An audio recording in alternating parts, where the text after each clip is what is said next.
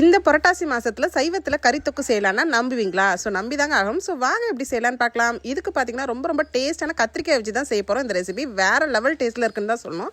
இதுக்கு ஒரு அழுத்தமான கடாய் வச்சு குக்கிங் ஆயில் சேர்த்து பட்டை சோம்பு சேர்த்துக்கோங்க. பெரிய வெங்காயம் கொஞ்சம் நிறையவே சேர்த்துக்கோங்க.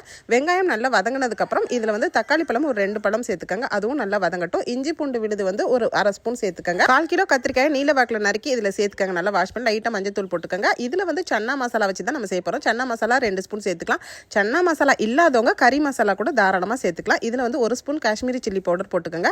காரமே இல்லாமல் இருக்கும், அதே டைம் டேஸ்ட்டாக இருக்கும். உப்பு தேவையான அளவு சேர்த்து நல்லா வதக்கி விட்ருங்க. நல்லா வதக்கும் போதே பார்த்தீங்கன்னா சுருண்டு வரும், சூப்பராக இருக்கும். ஸோ இப்போ நல்லா வதங்கினதுக்கப்புறம் கத்திரிக்காய் பார்த்தீங்கன்னா கறி தொக்கு மாதிரி வேறு லெவல் டேஸ்ட்டில் வந்து சைவத்தில் ரெடி பண்ணியாச்சு. ஸோ நீங்களும் வந்து இந்த கத்திரிக்காய் கறி தொக்கு வீடியோவை மறக்காமல் சேவ் பண்ணிட்டு உங்கள் ஃப்ரெண்ட்ஸ் அண்ட் ஃபேமிலி ரிலேட்டிவ்ஸ்க்கு இந்த சூப்பரான யூஸ்ஃபுல்லான வீடியோவை இந்த புரட்டாசி மாதத்தில் நிறைய ஷேர் பண்ணிக்கோங்க. தேங்க்யூ. தேங்க்ஸ் ஃபார் வாட்சிங்.